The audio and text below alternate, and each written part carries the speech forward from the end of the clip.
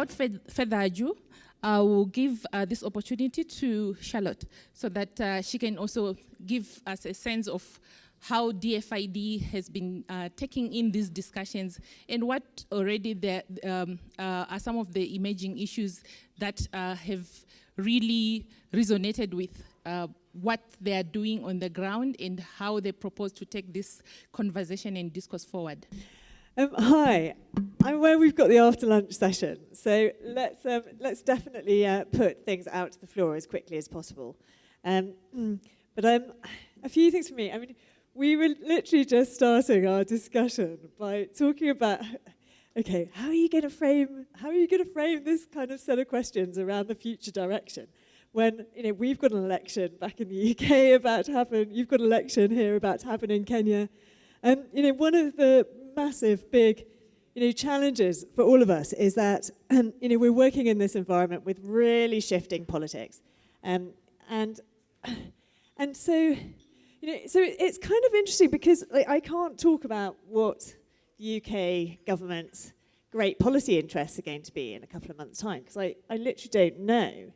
But I can give you some of my reflections on where I think the debates are going. And it's interesting because I think in a kind of 20-year career, I've actually been kind of surprised at how little the major issues that we keep discussing seem to change. There's about 20 issues that kind of go round like fashions. And, and if you look back, I was doing a search last night, if you look at a lot of our urbanisation policies at the moment, there are documents from back in 2000 and, before that. The policy documents don't look too different, but the context has changed dramatically. So I'm going to talk just a little bit about a few of the themes and where I see the kind of discussions going, as well as just some ideas about how to kind of perhaps engage with us and to have a dialogue as we go through this kind of uncertain through these uncertain times, I guess. So urbanisation. So a lot of, I guess, the thing that I find really interesting about urbanisation coming back on the agenda is that it takes us back to a question. I mean, I think it's as much about people wanting to look at geography and context again as it is about urbanisation as a theme in its own right. So the World Environment Report this year on governance and the law kind of spelled out this shift from purely technical approaches to really going back to understanding power relations and social relations again. And that's good news for all of you, having been involved in this programme, because actually the discussion around social cohesion, although the concepts may be very different and understood very differently, the understanding of what's going on at local levels and trying to bring that into the discussions is a very, very shared agenda, I think, between all of you, and is what you bring to both the urbanisation debate and to the violence and security debate and to the kind of poverty debate too.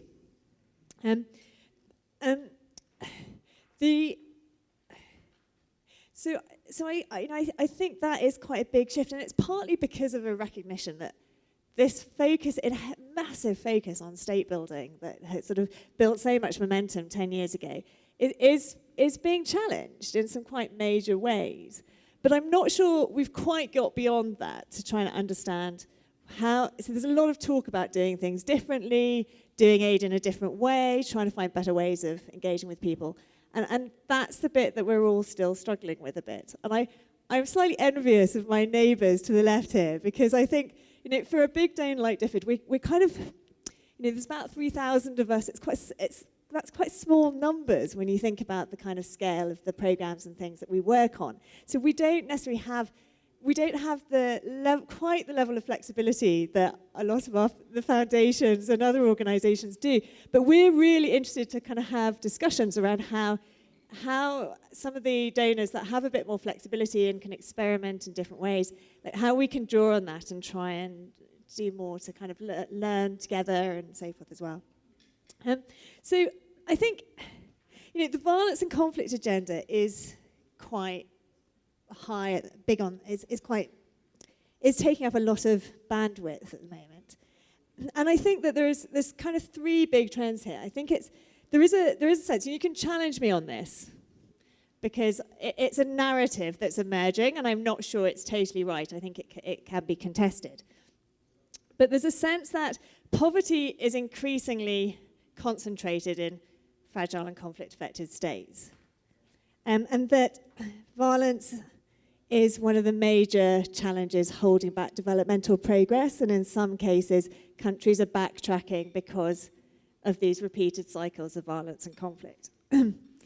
And there's a strong sense that in a world that puts so much focus on economic growth as an answer or as the way out of poverty, I know things are much more complicated than that, that violence also is having a big impact on our kind of global economic interests, our developmental interests, and so forth. But it's not something that can easily be fixed because it is so fundamentally around power relations. So that's, I guess, is the conversation that I kind of really want to sort of put out to the floor. I think urbanization is so central to that discussion because there is a sense that a lot of the violence, because of the huge numbers of people living in cities, and cities becoming quite a strong focus for some of that violence and conflict, but very much linked to the peripheries as well, and to transnational routes across boundaries and borders that don't easily fit within our development frameworks. So that is all kind of a big area of debate, I think. So I think if you look at things like DFID's economic development strategy, some of the work we've been doing to think about these issues, like we're trying to move a bit away from, we're trying to recognize those assumptions around state building need to be thought about in a different way. So there's a lot of discussion around understanding public authority and relationships in a different way. But as I said, we will have to wait and see till after the election and see what our ministers think when we kind of come back. So I'm gonna leave it there. And as I said, I can talk a bit more perhaps later about ways to kind of engage with us on these difficult transitions. And I'd just say that within all policy-making organisations, a lot of the debates we have, the debates around all these issues are held, happen creatively within each organisation.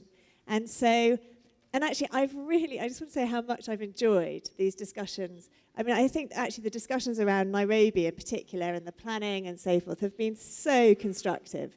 And actually really are, if we can keep those debates going, both within our organisations and between our organisations, those kinds of discussions where you can actively challenge, but in a really constructive way, that those are the kinds of relationships that we all want to have more of, and where I think research brings something, that's really the reason why we essentially put quite a lot of resource in DFID into research, to try and have those challenging discussions, to try and kind of generate new ideas, and to try and help us stop making the same mistakes again, dare I say it. But anyway, thanks very much.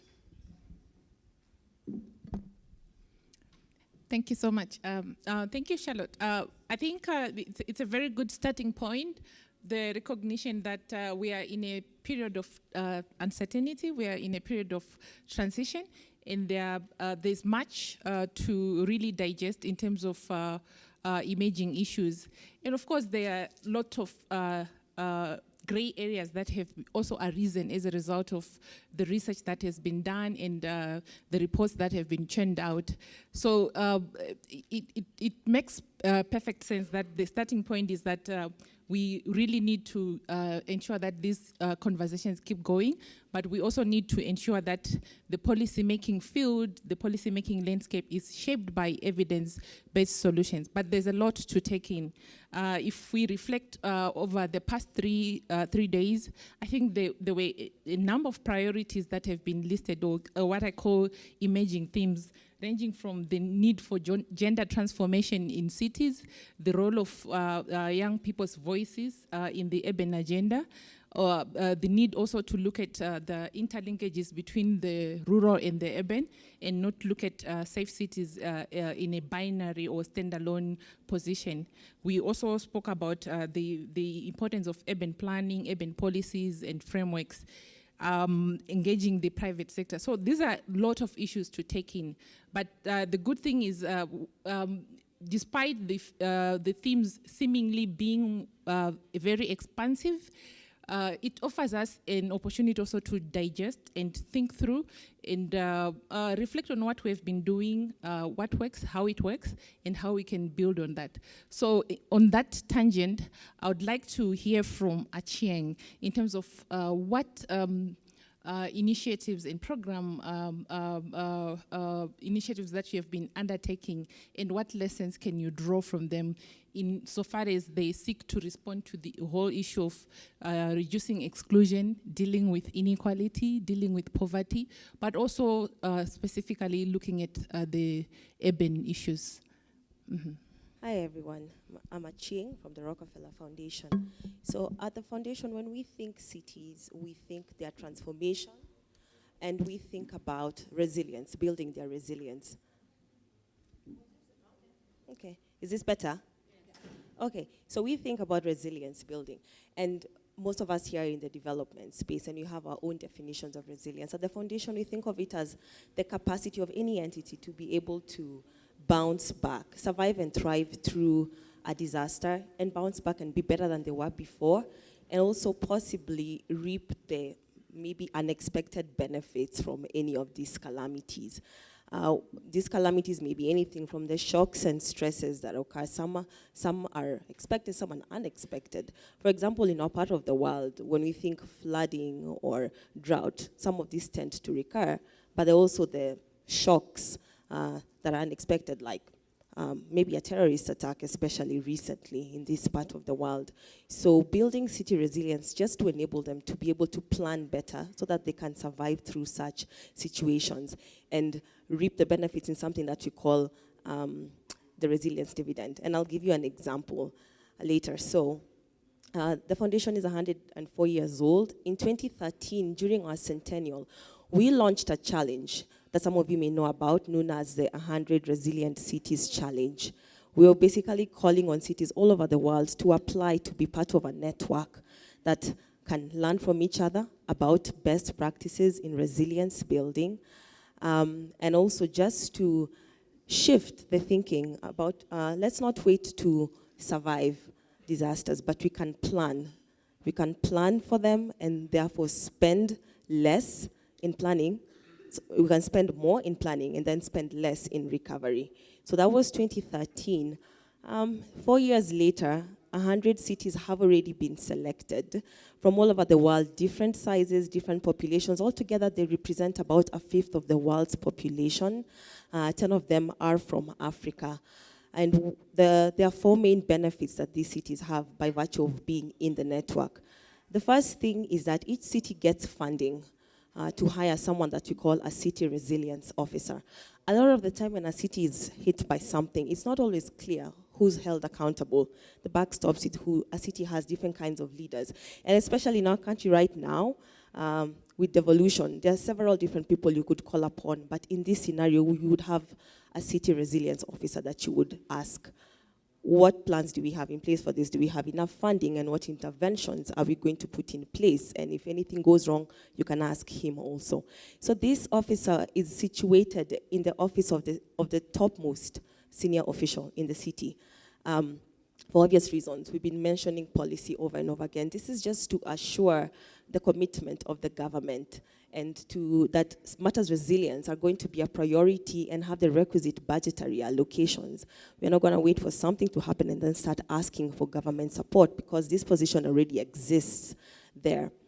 And then secondly, this officer would get technical support to draw up a resilience strategy for the city.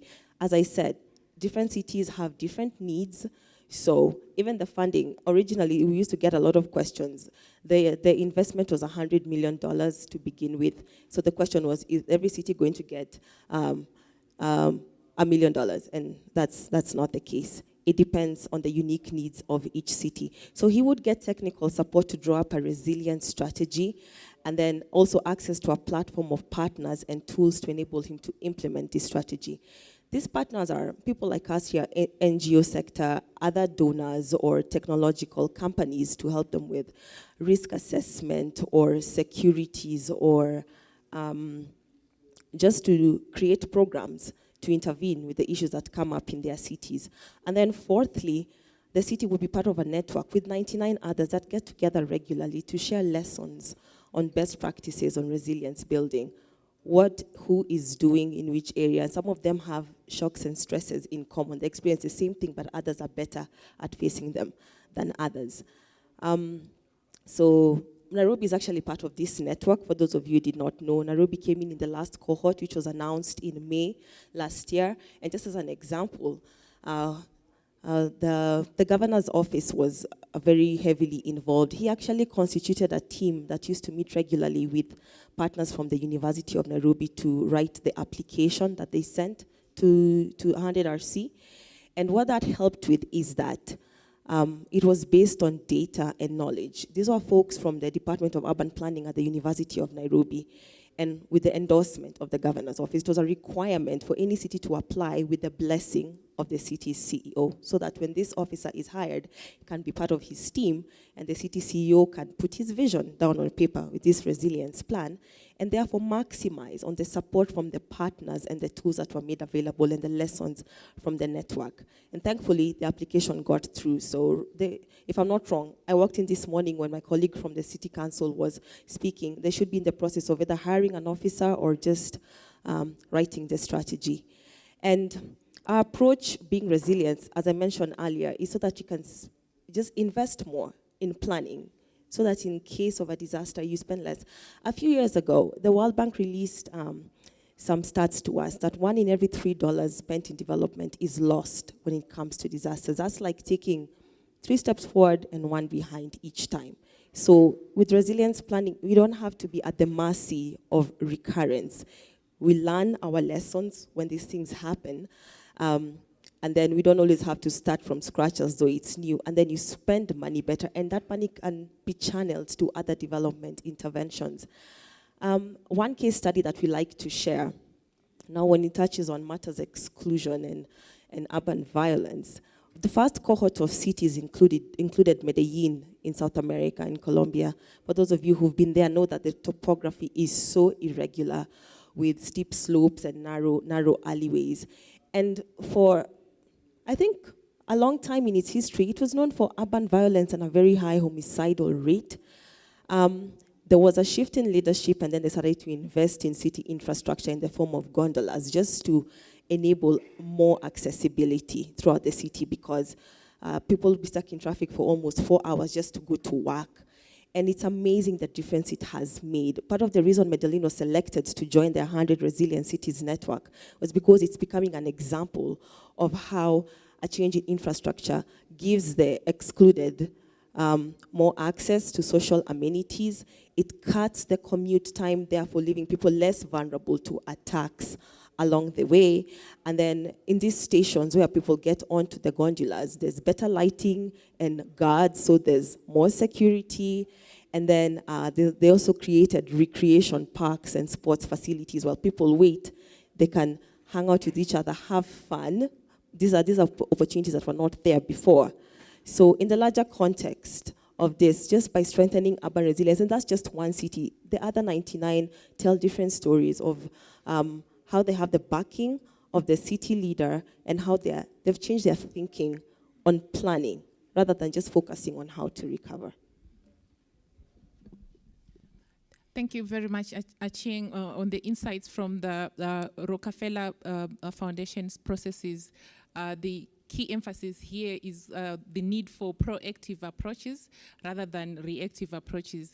And as you said, your program is about 4 years old. So actually it's it might have actually fed into the development of SDG11, which is about promoting not only safer cities, but also more resilient human settlements. So I think it's a cue to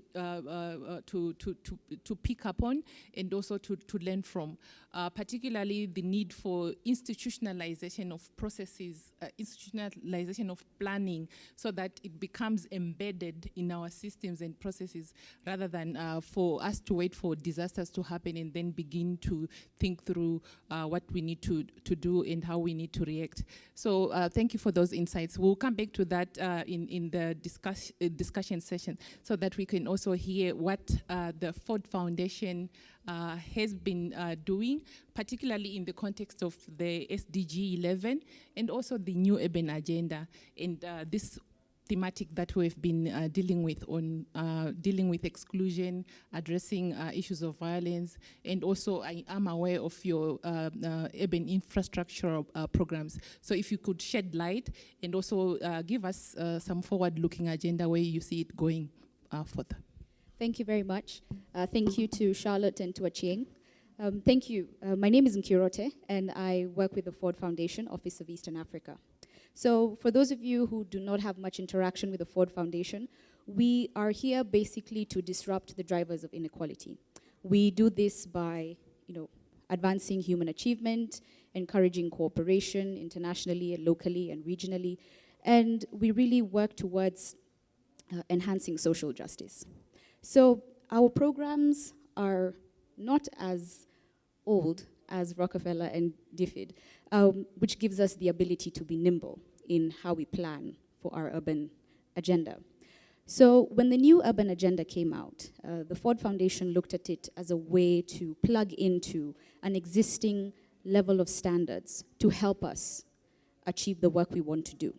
And in order for us to do that work, we have to be very intentional about getting diverse stakeholders in the room and being purposeful about being accountable to each other so that we can achieve what we want to achieve. So with the Ford Foundation, our work has primarily focused on infrastructure and the impact of infrastructure in inclusivity and in urban areas. We are aware that urban areas shape the way we live, the way we connect, and the way we interact with space around us. So one of the things that we've been doing in the recent past, in the last year, we've worked with an institution called the Institute for Transport Development Policy. And we've worked with them in the growing city of Kisumu in Western Kenya. Kisumu is a very interesting city because it's the last major city before you get to Uganda. Therefore, it acts as a hub for transport and a lot of government administration. So the infrastructure needs, and by infrastructure I'm referring to roads, have to address the needs of large-scale haulers, and also it has to be nimble enough to accommodate the versatile uses of the people who live and work around Kisumu. So usually what would happen is that designs would be made far away from the epicenter of impact. That is, they'd be drawn up and very few people would have an opportunity to give a voice or to give an opinion about how this infrastructure is going to shape and reflect in their lives. So what ITDP did is they got together the city officials, and they also got together civil society actors and local users of infrastructure and asked, how exactly would you like this road to look like? Because the road must have accommodation for large trucks, but at the same time, it should serve the hawker at night who comes to sell his wares and the children who use it to cross the road to school. So that process showed us that by letting people into the room, you could make changes to infrastructure. And a lot of the times, there's a lot of resilience. Sorry for a double play on the word, but there's a lot of resilience and resistance by some people. Resistance in the fact that they're worried about cost, and they're worried that changing the design would be more expensive. And this process was able to show that using smart design approaches and using a more consultative approach, that this is actually possible. So thank you. I'll touch more on examples that we have a bit later, but thank you for now. Thank you, Nkirote, for those insights. Yesterday, we spent some time talking about urban infrastructural development and the implications. We learned from case studies from Cape Town, from Johannesburg, and we also rehashed and reiterated the need for a participatory approach. So I'm glad to hear that Ford Foundation, in the design of your infrastructural development programs for urban areas, you are not negating the social relationship aspect of it, and also involving the local communities and hearing what they think in terms of how the infrastructure will transform their lifestyles, their economic livelihoods and things like that. But we'll come back to that. This discussion will not be enough if we do not refer to the bank. The World Bank, I think it's one of the precursors of these discussions on the interlinkages between livelihoods, exclusion, and vulnerability. And if we refer back to the World Development Report, I think it was a seminal document that represented a paradigmatic shift in terms of the way we approach issues of violence, exclusion, and poverty reduction. The need for an integrated approach, the need for a very comprehensive approach. So I'm keen to hear from you, Margarita, in terms of the program priorities of the World Bank. What has been happening at the level of the bank? What lessons can we draw from what the bank has been doing? And how do you see us moving forward? Thank you very much. And thank you also to the organizers for all this great work, for also, it's just showing a long process. And then it is also, it's important to reflect, like, we need to constantly reflect on what we've been doing and what works, what doesn't work. So this type of discussions on research, policymakers, and development actors is very important. Sometimes we get the tradition of doing the same for years, right? And without reflecting what are we learning, what has worked, what is not working. So we don't keep doing it, hopefully. So thank you very much for that. And the reflection I wanted to give is to share this afternoon is actually reflecting the work that has been presented before.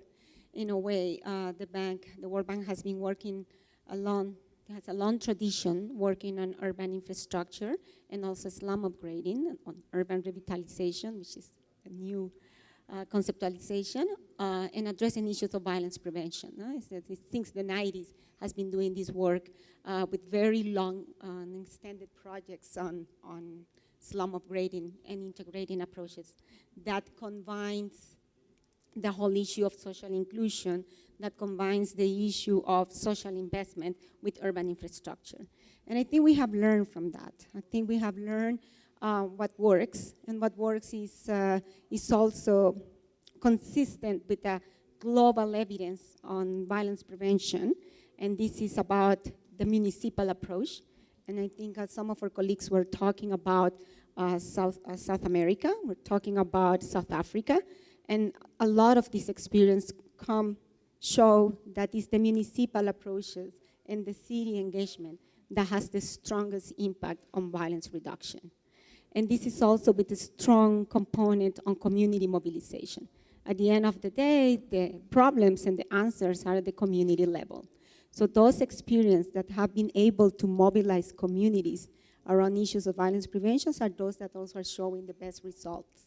And those that actually manage to have a good relationship between the municipal and the community level are more sustainable too. We know that data is a very important issue, and data collection has been something that the World Bank has been investing in all these projects, especially through methodologies that has been tested in Colombia, what they call the violence observatories, which is integrated information systems. When you have information from the police, have information from the health centers, and then you can constantly validate this resource, this information, and that information is also informing policy making. So that data is at the heart of a good programming. And then we are also investing a lot and have been working a lot on developing policy and planning, working again at the municipal level, but also through participatory process. That is something that you also were highlighting. We also know that what works are those approaches that combine prevention with control. there is, if you, and especially because the dynamics of violence are changing so much. I think I was just having a very informal conversation about like how countries like Honduras, for instance, where I'm coming from, has the highest homicide rates in the world. Plus, well, there is always like a variation between Honduras and El Salvador, but I think it's just a statistic issue. They're on the same level.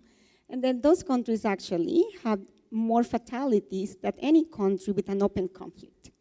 So this is showing us like how violence, how urban violence is becoming a critical issue for development.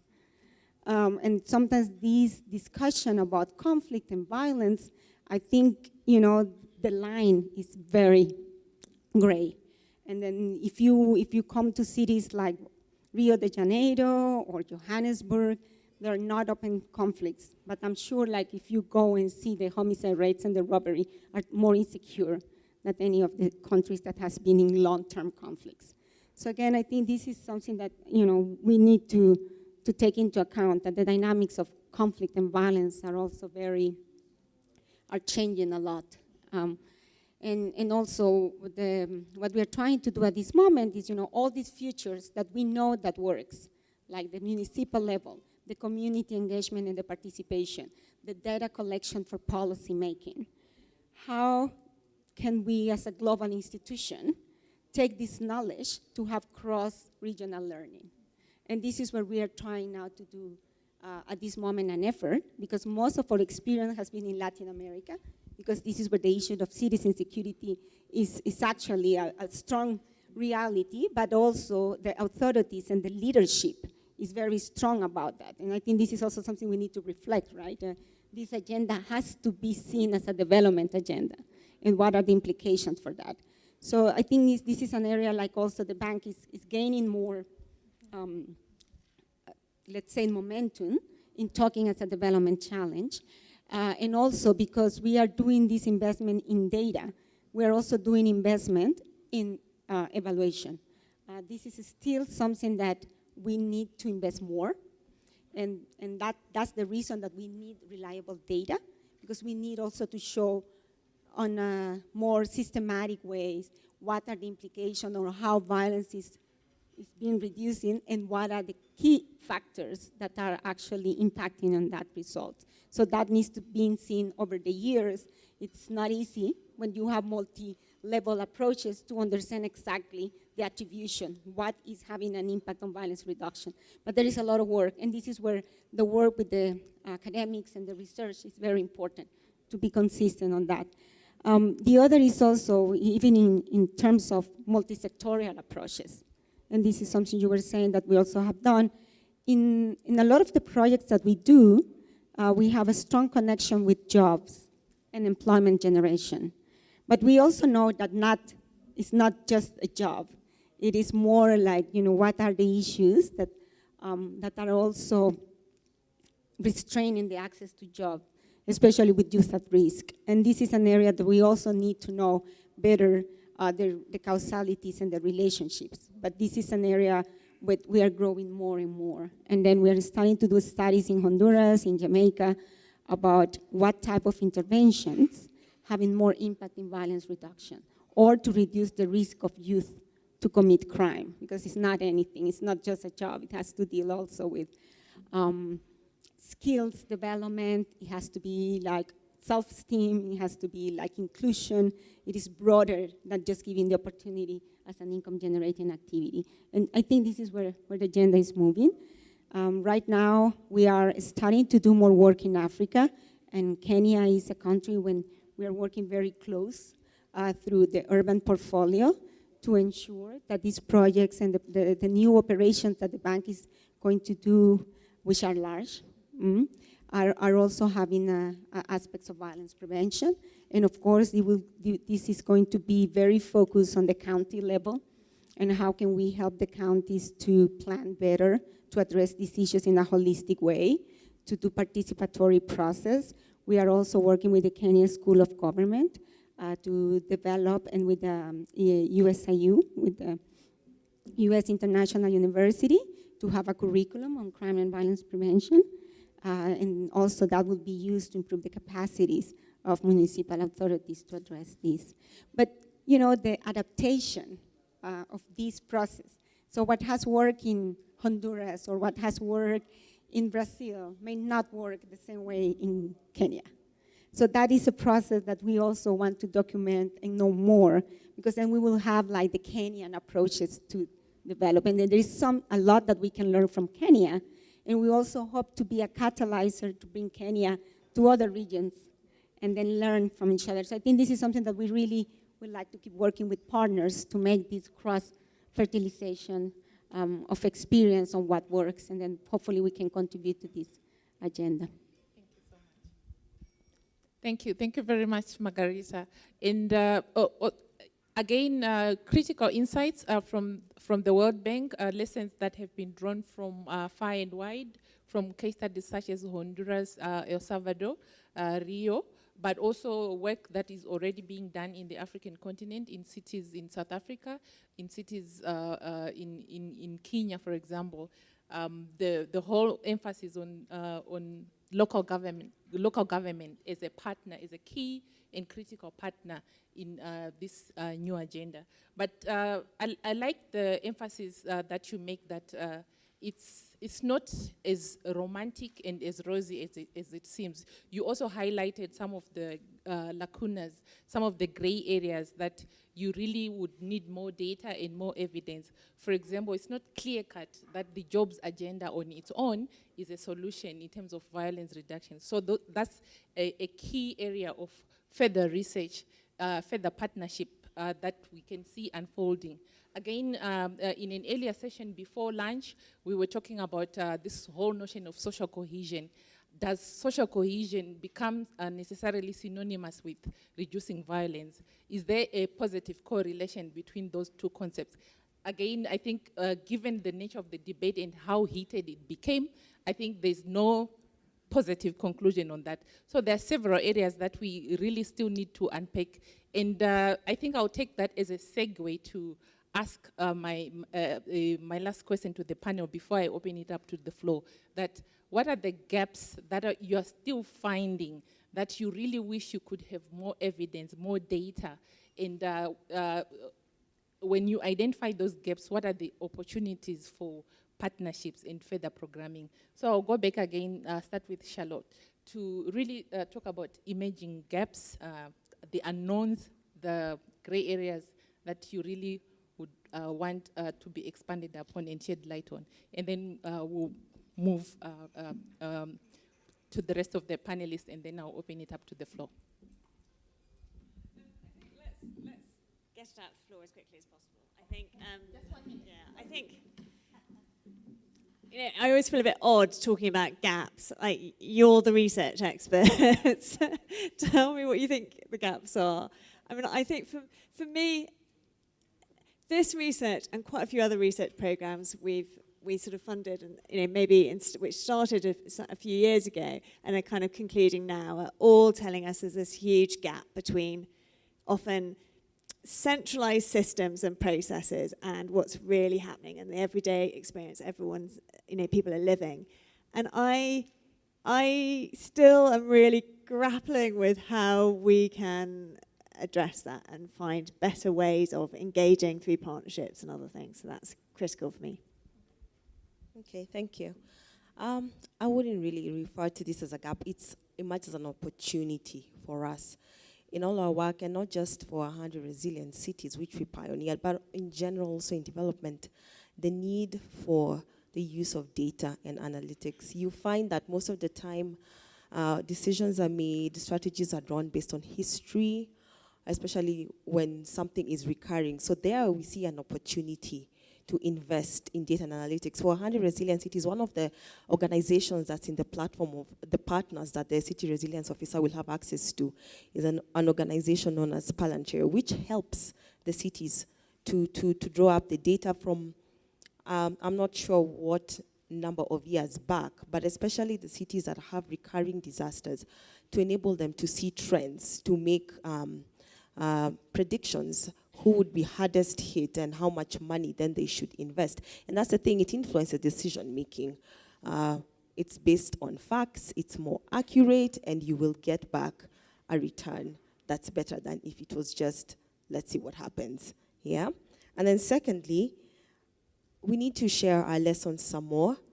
Yeah? A lot of these cities, and also just countries, we face similar situations. We need to share our perspectives some more. We need more forum for sharing. In many situations, there's no need to reinvent the wheel. You just probably need to call up your neighbor and ask them, what did you do in this situation? Although, of course, it's not as simple as it sounds, but I think there would be time saved, money saved, and effort, and lives eventually, if we just shared our experiences more. Thank you. Thank you. I'm going to echo what the previous panelists have said. And we at the Ford Foundation are really looking for data. The reason we want data and we need data is to inform us on better decision making. We need this data to help us understand where the disparities in urban areas are and what kind of disparities these are. Are they economic? Are they social? Are they environmental? And how harmful are these disparities? And once we understand that, we can be able to start working towards addressing those disparities and being sort of the co-driver or just the enabler to helping people understand how they can tackle these disparities. So I would say our biggest opportunity and one area that we are really keen on in developing and growing is data, and data that works and data that's useful. Thank you. Yes, I think one aspect that is very important is I guess this is the whole reason of this event, is more that having spaces when you actually can have research and academia closer to policymakers. Because I think that there is a big gap in all this information that we are generating, in all the evidence-based approaches, plus and between, the policymakers. So that information, that evidence-based approach is not something that has permeated the policymaking levels. And when we see that effective policymaking has made a change, like in the case of Colombia, like in the case of Cali, is when you have had mayors that are being also informed by evidence and that they take the data seriously. Because data is not for a research. Data is for taking decisions. And I think that's not, if you don't have that level of engagement and leadership at the municipal level, that will not work, or at the national level. So I think we need to create these partnerships and maybe, get this knowledge out of this room, get the knowledge out for a group, and then this evidence-based approach has to be something that has to deal with efficiency, has to something that has to deal about managing resources properly, has to be something about credibility and accountability. But this is something that maybe, using some good examples and perhaps a new way to do this is when we are disseminating this type of research should be also include mayors or should include policymakers that have made this. Because this is a good way to say, in Cali, when I started this process, we have all these issues of capture of the state by drug cartels. Because those situations were really extreme. Those were capture of state. And then you go and see 10 years after, the city is totally different. What worked there? And a lot of that has to deal with data. And I think this is, again, we had to use more concrete examples to show this agenda. And the other is, I think there are new areas when we need to know more. And I'm very glad to hear, the concept of social cohesion, again, or the concept of, inclusion. But again, we need to make them less academic and more concrete. So if I'm talking with a mayor, what social cohesion means? It means the community knows where to go and they're working together. And if the project that I promised, they didn't do it, then they will know where to go to ask for accountability. So I think we also need to, have a more common language and way to present the result of this work. And then that takes me to another point, and I think areas that are very important and we need to disseminate more is all this work on gender-based violence, the work on youth inclusion, because these are, we are also generating new knowledge on that. And then we recently were conducting a violence mapping in Cayole, and that what we were learning is, for instance, women take decisions about where to go or how to go to a bus station basically 3 times per week, because they don't want to get the same road, they don't want to get the same path, because they are afraid that then they will be assaulted on all the hot spots. So I think, we maybe, this also leads us to think it's not just a safety issue, it's access to jobs. So mobility is a broader term, and then maybe that makes the agenda more appealing, because we're not just talking about safety, it's like how safety is impacting the access to jobs, the access to opportunities, the access actually to development opportunities. So I think this is other areas that we can start, and then maybe bring other partners to this discussion, and not just, safety or experts on violence prevention.